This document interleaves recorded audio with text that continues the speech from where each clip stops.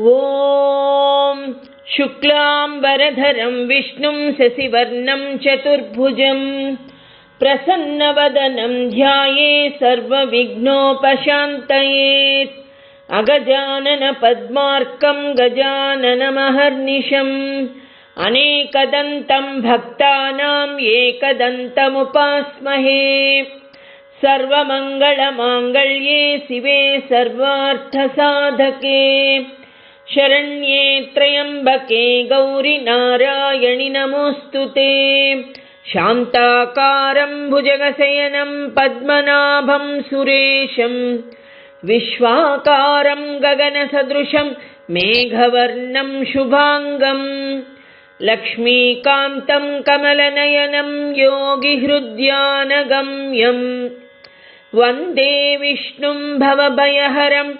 సర్వలోకైకనాథం. ఓం నమో భగవతే వాసుదేవాయ. భగవద్భక్తులారా, భాగవతోత్తములారా, మనమందరము కూడా భాగవతంలో అతి సుందరమైనటువంటి క్షీరసాగర మథనం అనేటువంటి ఘట్టము ముగిసిన తరువాత శివుడు ఆ స్వామిని మోహినిగా చూడాలని ఆశపడ్డాడట.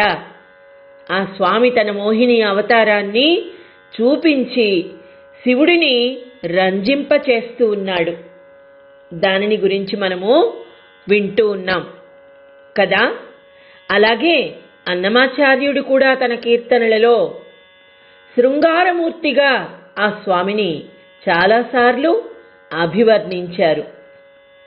తిరుమల శ్రీ వెంకటేశ్వర స్వామిని తిరుమలగిరిరాయ దేవరా ఉత్తరాయ అంటూ రాసినటువంటి ఈ కీర్తనతో ఈ కార్యక్రమాన్ని ప్రారంభిద్దాం.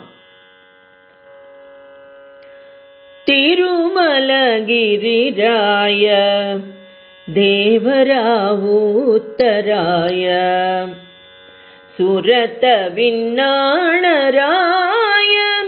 సుగుణ కోనేటిరాయ తిరుమలగిరిరాయ దేవరా ఉత్తరాయ సిరుల సింగారరాయ చెలువపు తిమ్మరాయ సరుస వైభవరాయ సకల వినోదరాయ వరవసంతములరాయ వనితల విఠరాయ వరవసంతములరాయ వనితల విఠరాయ గురుతైన దేవరాయ కొండల కోనేటిరాయ తిరుమలగిరిరాయ దేవరా ఉత్తరాయ సామ సంగీతరాయ సర్వమోహనరాయ భామ వైకుంఠరాయ దైత్య విభాళరాయ కామించి నిన్ను కోరితే కరుణించితివి నన్ను కామించి నిన్ను కోరితే కరుణించితివి నన్ను శ్రీపట్టున నీకు జయ శ్రీ వెంకటరాయ తిరుమలగిరిరాయ దేవరా ఉత్తరాయ సురత విన్నాణరాయ సుగుణ కోనేటిరాయ తిరుమలగిరిరాయ దేవరా ఉత్తరాయ. ఆహా, ఎంత చక్కటి కీర్తనో చూడండి. భామ వైకుంఠరాయ దైత్య విభాళరాయ అంటూ ఆ స్వామి గురించి ఈ కీర్తనలో కూడా అభివర్ణించారు. సామసంగీతరాయ సర్వమోహనరాయ. ఈ చరణంలో చూసినట్లయితే ఆ స్వామి అందరినీ కూడా మోహింపచేసేటువంటి సౌందర్యమూర్తి, అంతేకాకుండా తన మాయలో పడవేసేటువంటి విశ్వమోహన మూర్తి అని మనకు తెలుస్తుంది. విష్ణు మాయ అన్నిటికీ మించినది, ఎవరు కూడా దానిని దాటిపోలేరట. అంత చక్కటి కీర్తనలో కూడా స్వామి గురించి అన్నమయ్య అలా రాశాడు. మరి ఇప్పుడు ఆ శివుడిని ఆయన ప్రేరేపించాడు తన సౌందర్యంతో. వెంటనే ఆమె జుట్టు పట్టుకొని దగ్గరకు లాక్కున్నాడట శివుడు. వీడి వెన్నున నాడు వేణీభరంబుతో జగన భారాగత శ్రాంతితోడ మాయావధూటియై మరలి చూచుచు పారు విష్ణుని అద్భుత కర్ము వెంట తగిలి ఈశాను మరల జయించే మరుండన కరిణి వెంచను కరికరణి దాల్చి కొండలు నేరులు కొలకులు వనములు దాటి శంభుడు సనందన్ మహాత్ము నిర్మలామోఘ వీర్యంబు నేల మీద పడిన చోటెల్లా వెండియు పైడియయ్యే ధరణి వీర్యంబు వడదన్ను తానెరింగి దేవమాయా జడత్వంబు తెలిసే హరుడు. చూడండి, అంతటి తపస్వి, సర్వసంగ పరిత్యాగి, ఎప్పుడు కూడా అందరినీ తనలో లీనం చేసుకునేటువంటి ఆ హరుడు ఆ స్వామిని చూసి మోహించాడు, మోహంలో పడిపోయాడు. తన భార్యను కూడా వదిలి పాదాక్రాంతుడు అయ్యాడు. వీడి వెన్నున నాడు వేణీభరంబుతో జగన భారాగత శ్రాంతితోడ. అయితే ఇంకా కూడా ఆమె సౌందర్యాన్ని వర్ణిస్తూ ఉన్నాడు. బరువైనటువంటి ఆ జుట్టుముడి స్వామి లాగినప్పటికీ జారి వీపు మీద వేలాడుతూ ఉందట. మాయావధూటి అయి మరలి చూచుచుపారు విష్ణునద్భుత కర్ము వెంట తగిలి.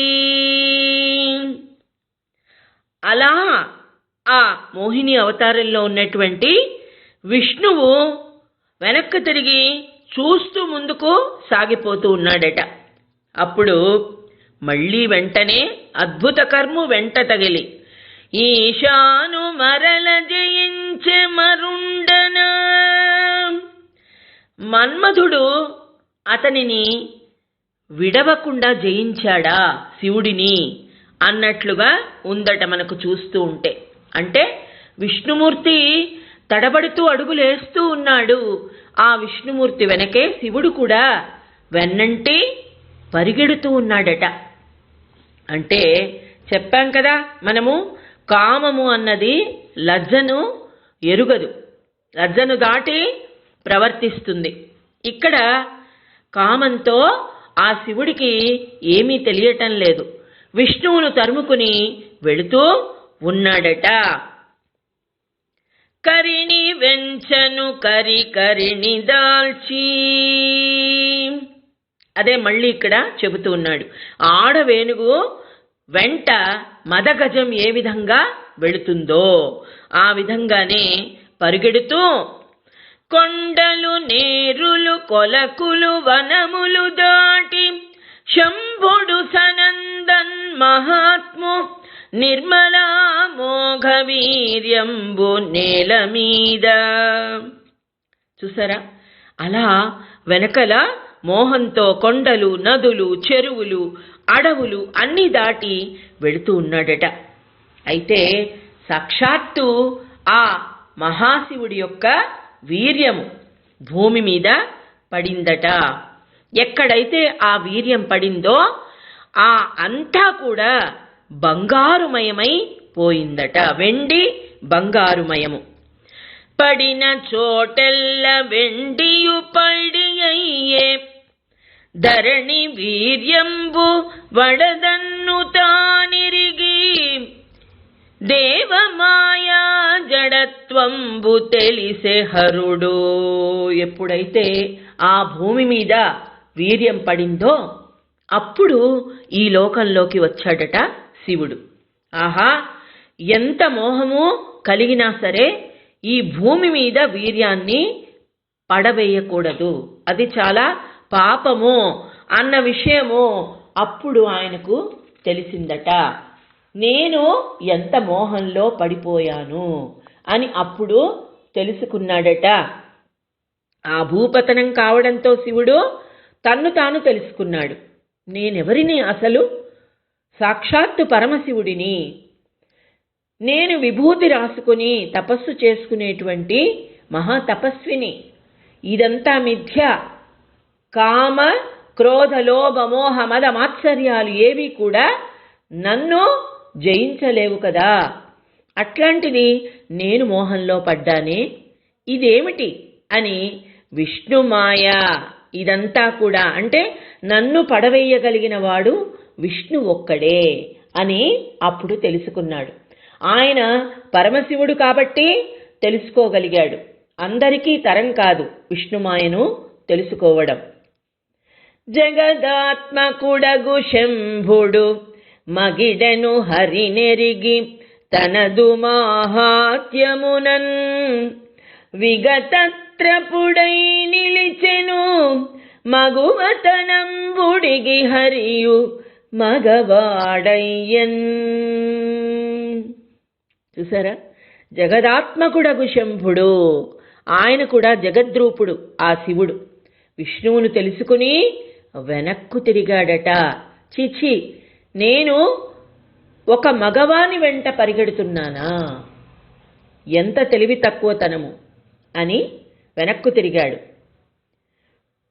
తనదు మాహాత్మ్యమునన్ విగతత్రపుడై నిలిచెను. అంటే తన మహాత్మ్యం వల్ల సిగ్గుపడకుండా వెనక్కు తిరగగలిగాడట, నిలవగలిగాడట. ఇక మగువతనంబుడిగి హరియు మగవాడయ్యన్. అప్పటికి ఆ శ్రీ మహావిష్ణువు కూడా తన ఆడతనాన్ని విడిచిపెట్టి తన రూపాన్ని ధరించాడు. అంటే శివుడు ఏ విధంగా తన సౌందర్యానికి లొంగుతాడో, ఏ విధంగా ఆనందాన్ని పొందుతాడో రంజింపచేశాడు ఆయన తన సౌందర్యముతో. వెంటనే హరి కూడా ఆడరూపాన్ని వదిలి మగ రూపానికి వచ్చాడట. కాము గెలువవచ్చు, కాలారి కావచ్చు, మృత్యుజయము కలిగి మెరయవచ్చు, ఆడువారి చూపుటం పరగెలువంగ వశముగాదు త్రిపుర వైరికైనా. ఈ ఒక్క పద్యము చాలు. కాము గెలువవచ్చు అంటే మన్మధుడిని కూడా జయించవచ్చు. కాలారి కావచ్చు, కాల అరి అంటే ఎవరు? యముడు. యముడిని దండించవచ్చు. మృత్యుజయము కలిగి మెరయవచ్చు, మృత్యువునైనా సరే జయించవచ్చు. మరి మార్కండేయుడు తన భక్తితో మృత్యువును కూడా గెలిచాడు. కానీ ఆడువారి చూపుటం పరగెలువంగా, ఆడవాళ్ళు తమ చూపుల బాణాలతో ఎదుటివారి ప్రాణాలని తీసేసుకుంటారు. పురుషుల యొక్క మాన ప్రాణాలను కూడా లొంగదీసుకుంటారు. అని ఇక్కడ చెబుతూ ఉన్నాడు. ఆ త్రిపురారికి ఆయనెవరు? త్రిపురాసుర సంహారము చేసినటువంటి స్వామి, సాక్షాత్తు పరమశివుడు. మన్మధుడినే తన 3వ కన్ను తెరిచి భస్మం చేసినటువంటి ఆ మహాశివుడికి కూడా ఆడవారి చూపుల తూపులను గెలవడం మాత్రం రాలేదట. ఎంత చక్కగా రాశారో చూడండి. ఇది అందరికీ చెప్పదలుచుకున్నటువంటి విషయం. ఇట్లు పురుషాకారంబు వహించిన హరి హరునకిట్లనియే నిఖిల దేవోత్తమని ఒక్కరుడు తక్క ఎవ్వడు నా మాయ నెరుగనేర్చు మానినైన నా మాయ చేమునుగక ధృతి మోహితుండవై తెలిసితీవు కాలరూపంబున కాలంబుతోడ నాయందును నీ మాయ అధివసించు నీ మాయ నన్ను జయింపనేరదు నిజమకృతాత్ములకు నెల్ల అనుపలభ్యము ఇప్పుడు నీ నిష్ట పెంపున నెరిగితనుచు సత్కరించిన సఖ్యంబు సాల నిరిపి దక్షతనయ గణంబులు తన్ను కొలువ భవుడు విచ్చేసెదగని విచ్చేసే తగనిజ భవనమునకు. పురుషాకారము వహించిన హరిహరునకు ఇట్లా అన్నాడనమాట. అంటే పురుషాకారము, స్త్రీ ఆకారం నుంచి మళ్ళీ పురుషాకారాన్ని దాల్చినటువంటి హరి శివుడితో ఇలా అన్నాడట. ఏమని? నిఖిల దేవోత్తమ నీ ఒక్కరుండు తక్కనెవ్వడు నా మాయ నెరుగనేర్చు. నీవు తప్ప నా మాయను ఎవ్వరు కూడా తెలుసుకోలేరు. అందుకే హరిహరుడు అన్నారు. హరుడు శంకరుడు. హరికి ప్రీతిపాత్రుడైనటువంటి వాడు శంకరుడు. అందుకనే శంకరుడు మాత్రమే ఆయన మాయను తెలుసుకొనగలిగాడు.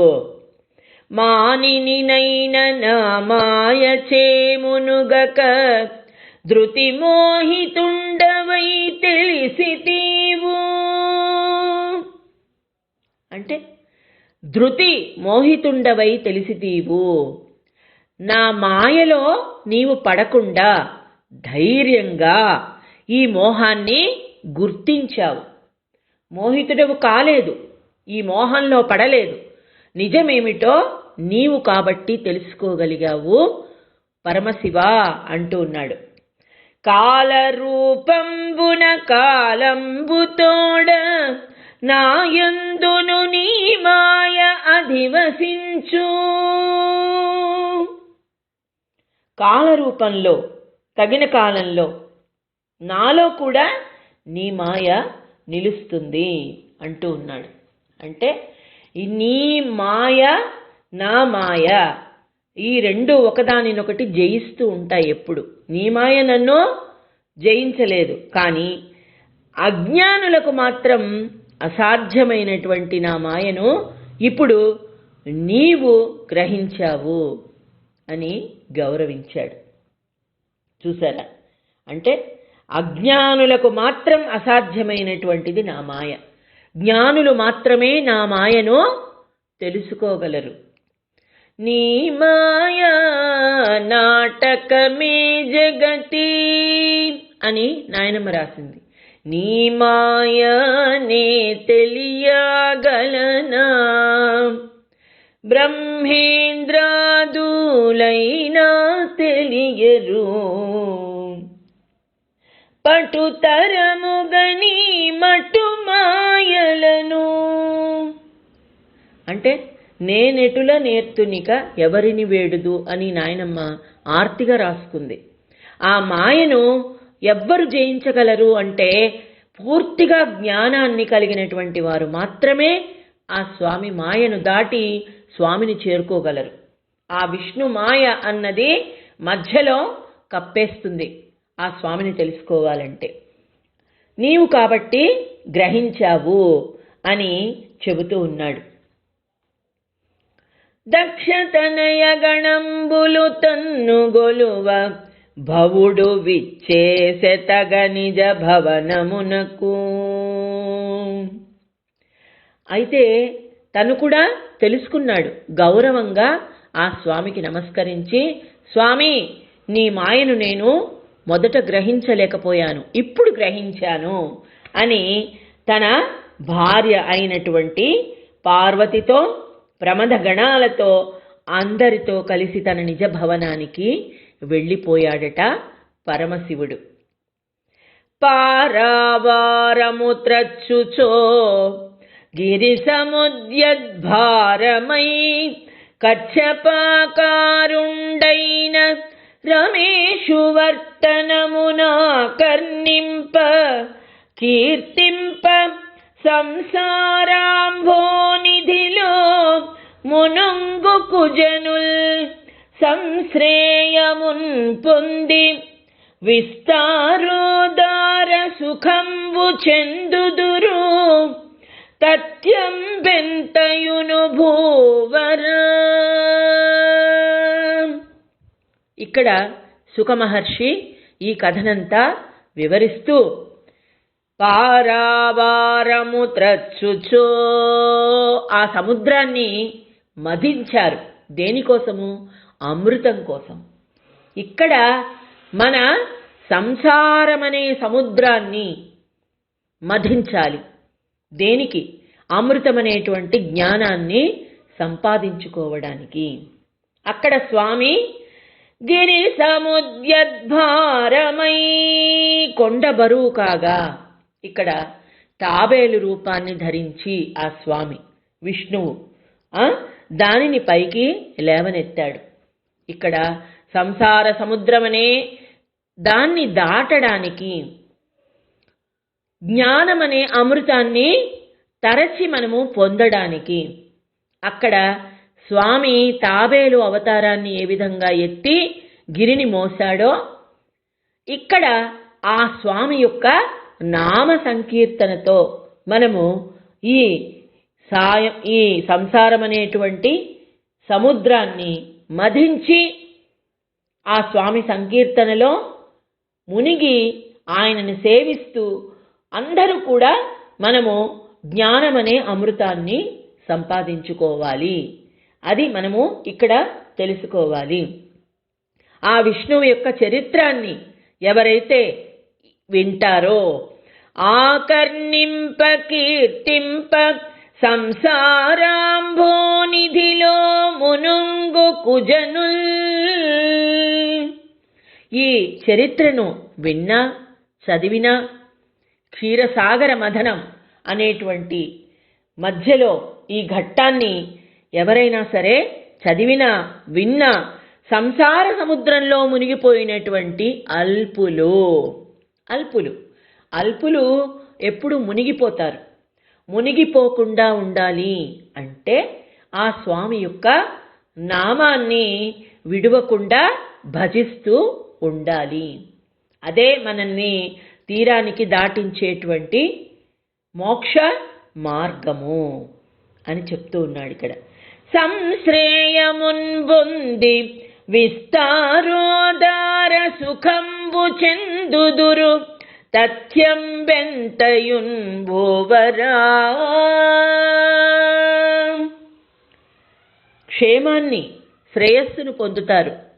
ఈ సంసారంలో మునిగిపోయి ఇదే నిజము, ఇందులోనే అంతా సుఖముంది అని భావించేటువంటి వారంతా ఈ కథను చదివితే అంతులేని శ్రేయస్సును పొంది చక్కటి సుఖాలను పొందుతారు రాజా. ఇది తప్పక నిజము అని చెబుతూ ఉన్నాడు. ఎలమిందైచ్యుల నాడు రూపమున మోహింపించి పీయూషమున్ చలితాపన్నులకున్ సురోత్తములకున్ చక్కన్ విభాగించి నిర్మల రేఖన్ విలసిల్లు శ్రీ విభుని తన్మాయావధూరూపముంతలతున్ మృక్కుదు ఆత్మలోన దురితధ్వాంతార్కరూపంబుగన్. ఆహా, ఆ మోహిని రూపము ఎటువంటిది అంటే, దైత్యుల నాడు రూపమున మోహింపించి, సామాన్యం కాదు, అంతమంది రాక్షసులను దేవతలను సర్వులను మోహింపచేసేటువంటి ఆడు రూపము. విలాసంగా వారిని మోహింపచేసి పీయూషమున్ చలితా పన్నులకున్ సురోత్తములకున్. చూసారా, అమృతాన్ని ఎలా పంచిపెట్టాడు ఆ స్వామి అంటే, ఆపదలతో అల్లాడిపోతూ ఉన్నటువంటి దేవతలకు చక్కగా పంచిపెట్టాడు. రాక్షసులు చూస్తూ ఉండగానే వారిని మోహంలో పడవేసేశాడు తన రూపంతో. కేవలం తన రూపం ఒక్కటే కాదు, తన మాయలో పడివేశాడు ఆ స్వామి. నిర్మల రేఖన్ విలసిల్లు శ్రీ విభుని తన్మాయావధూరూపముంతలతున్. ఆహా, ఆ శ్రీహరి యొక్క నిర్మలమైనటువంటి కలుషాలు లేనటువంటి స్వామి ఆయన. అట్లాంటి మాయామోహిని రూపాన్ని నిజంగా నా మనసులో భావించి మ్రొక్కుతాను. అంటే మనమందరము కూడా మన ఆపదలు తొలగిపోవడానికి, మన సమస్యలకు పరిష్కారాలు దొరకడానికి, అన్నిటికీ కూడా మూలమైనటువంటి ఆ స్వామి మోహిని రూపాన్ని ఒక్కసారి మనసులో భావించి మొక్కుకుంటే చాలట. అది ఎటువంటిది? ఆత్మలోన దురితధ్వాంతార్క రూపంబుగన్.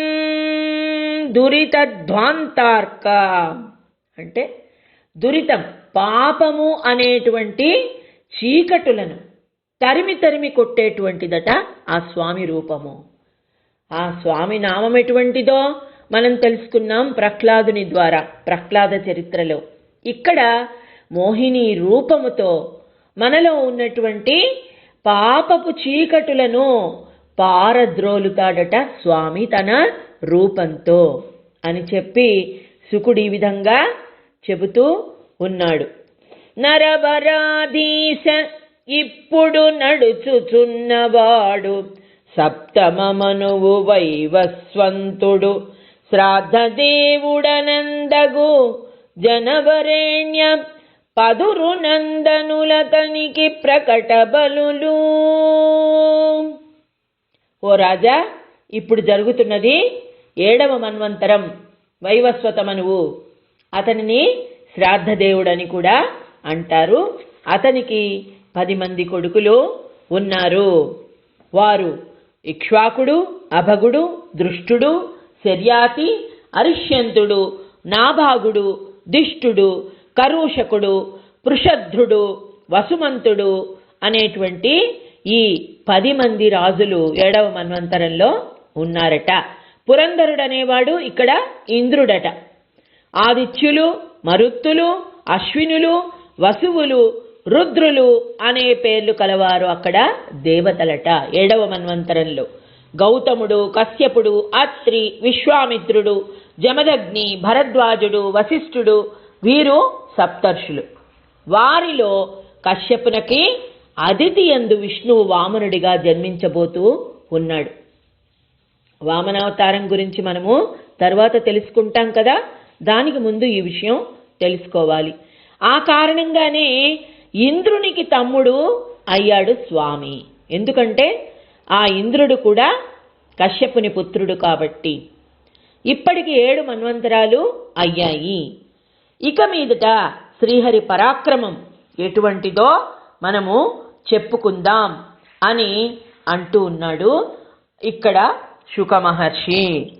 ఆ తర్వాత బలిమున్ను నాకంబు బలిమిమై చేకొన్న వామనుండై హరివచ్చి వేడ బాధత్రయం బిచ్చి భగవన్నిబద్ధుడై సురమందిరము కంటే సుభగమైన సుతలలోకంబున సుస్థితి నున్నాడు వెతలేక ఇట మీద వేద గుహికి నా సరస్వతికి తానట సార్వభౌముండు నా ప్రభువై హరినాక విభుని పదవిహీను చేసి బలి తెచ్చి నిలుపును బలియు నిర్జరేంద్రు పదమునందు ఇంద్రపదము హరికి ఇచ్చిన కతమున దాన